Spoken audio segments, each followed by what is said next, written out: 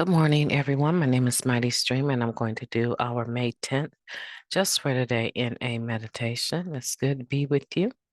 For those of you wondering, I do get to go back into my home today. So I'm excited about that. All right. Thanks for your prayers as well. May 10th, becoming entirely ready. We get a good look at what these defects are doing in our lives. We begin to long for freedom from these defects. Now, that comes from the basic text, page 34. Becoming entirely ready to have our defects of character removed can be a long process, often taking place over the course of a lifetime. Our state of readiness grows in direct proportion to our awareness of these defects and the destruction they cause. We may have trouble seeing the devastation our defects are inflicting on our lives and the lives of those around us. If this is the case, we do well to ask our higher power to reveal those flaws which stand in the way of our progress. As we let go of our shortcomings and find their influence waning, we'll notice that a loving God replaces those defects with quality attributes. Where we were fearful, we find courage. Where we were selfish, we find generosity. Our delusions about ourselves will disappear to be replaced by self-honesty and self-acceptance. Yes, becoming entirely ready means we will change. Each new level of readiness brings new gifts. Our basic nature changes. And we soon find our readiness is no longer sparked only by pain, but by a desire to grow spiritually. Just for today, I will increase my state of readiness by becoming more aware of my shortcomings. Let's take a moment of silence, followed by the wee version of the Serenity Prayer. Moment of silence now, please. Thank you. God, grant us the serenity to accept the things that we cannot change, the courage to change the things that we can, and the wisdom to know the difference. Just for today, please, and thank you. Becoming entirely ready. That's a beautiful place to be in. uh, and it's well earned. It's well earned. By the time I became entirely ready, I had experienced so much trauma, self-induced, chaotic, hectic mayhem. Oh man, are those enough adjectives to describe sharing clean and living dirty? By the time I became entirely ready, I don't know about you, but I can say for me, by the time I became entirely ready, it was only a couple of choices. I mean, my back was up against the wall. There was death by suicide, or there was using, going back to active addiction again. By the time I became entirely ready, I needed a deeper level of surrender than just not using drugs. And the gift of desperation is that I had already attempted all of those before I even got to the program. So I knew that they did not work. They did not work. And that this option that I was given, called Narcotics Anonymous, could really, really, really do a lot more than get me a job promotion because I was clean and showing up at work every day. It could actually help me restore relationships, it could actually make me more of a character that people would enjoy being around. I mean, I had a sharp tongue. Ah, I had a sharp tongue. And still today, I will find I will say things that are just too sharp, right? But by the time I became entirely ready to have these character defects, right, removed from me, right, by the time I got there, I was truly, truly, truly at my wit's end on a whole nother level. I'm talking about being clean and living dirty. I'm talking about not being able to figure out why I would say I wanted something, but not be willing to put forth the effort to get it. Um, very non-committed, right? I could be in a relationship and not in a relationship. I could be married and not married. I could be a sponsor and not sponsor. I mean, I really could do a whole lot and not give two flips about doing any of it. It's just like a rote, it's just a routine, something that I went through because that's what was expected. My heart was so far removed from it, and that's an empty feeling. That is a very empty feeling, and so by the time I got to the point where, whew, it's like, God, I need you to take these from me. I was desperate. I was desperate and maybe even a bit prideful.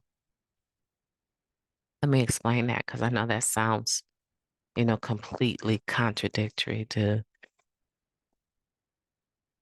humbly ask God to remove these shortcomings, right? But the entirely ready part, not the 7-step part, the 6-step part is I'm trying to see how to describe it. It was like being beaten and not having any other recourse, like entirely ready. Like something has to change, or I may as well go back to what I was doing, right? That sounds that sounds like, humility. But right along with the humility, there's a whole bunch of other things that are happening, right? And I think that there's a level of self-preservation. I don't want to call it pride necessarily, but there was a level of self-preservation for the sake of the people that loved me, for the sake of the people that I really, really, really, really cared about.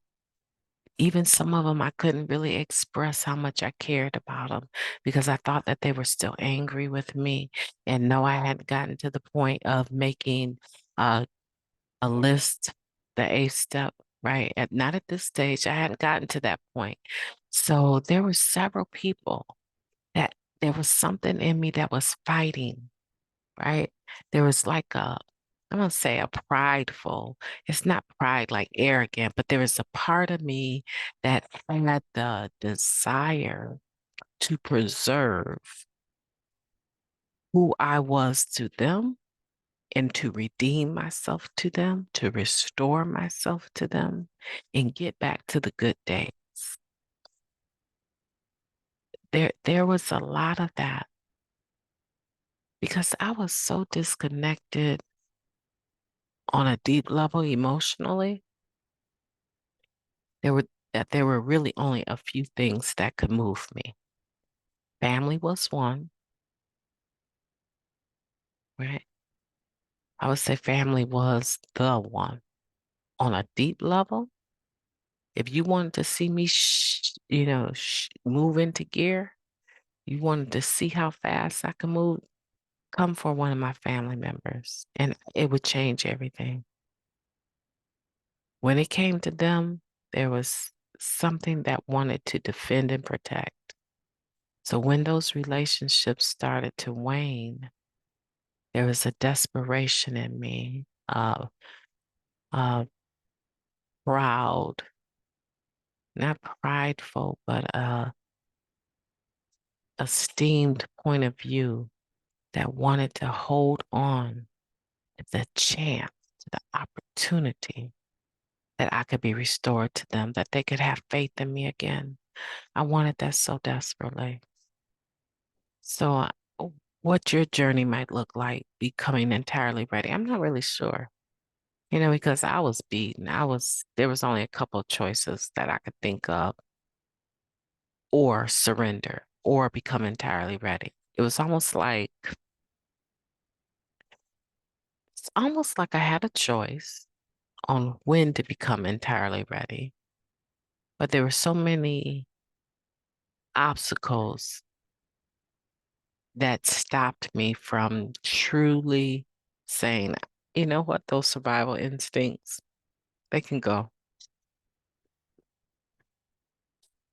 I need the spiritual portion of that, right? The flip side of that, that negative side, I don't need that anymore. There were so many obstacles. And the greatest one, here we go, y'all. The greatest one that stopped me from becoming entirely ready sooner was my faith level. My faith level. I needed to have more faith in God. I needed to have a better relationship with the God of my understanding. And it just was not there because I had too many experiences that really meant something to me where I didn't get the response or the answer or the result that I wanted. And that pushed me closer into self-will. That pushed me into using my character defects as survival instincts to get what I want, manipulate to get what I wanted when I wanted it, right? The lack of faith, that turning it over part. I was topsy-turvy with that step 3, back and forth, back and forth, back and forth. I would turn it over for a minute, trust God for a minute, and if it didn't happen in like 2 seconds, then I was taking it back. There were times where I would turn it over for a longer period of time, but eventually, if I didn't see the results that I wanted, I would take my will back. And that's another thing. Like I say, is that faith that got in the way of me becoming entirely ready sooner. Now, this is what I need you to do. I need you to take a look at your own circumstances. Because this sentence here that says, it's in the first paragraph, this sentence here that says, our state of readiness grows in direct proportion to our awareness of these defects and the destruction they cause.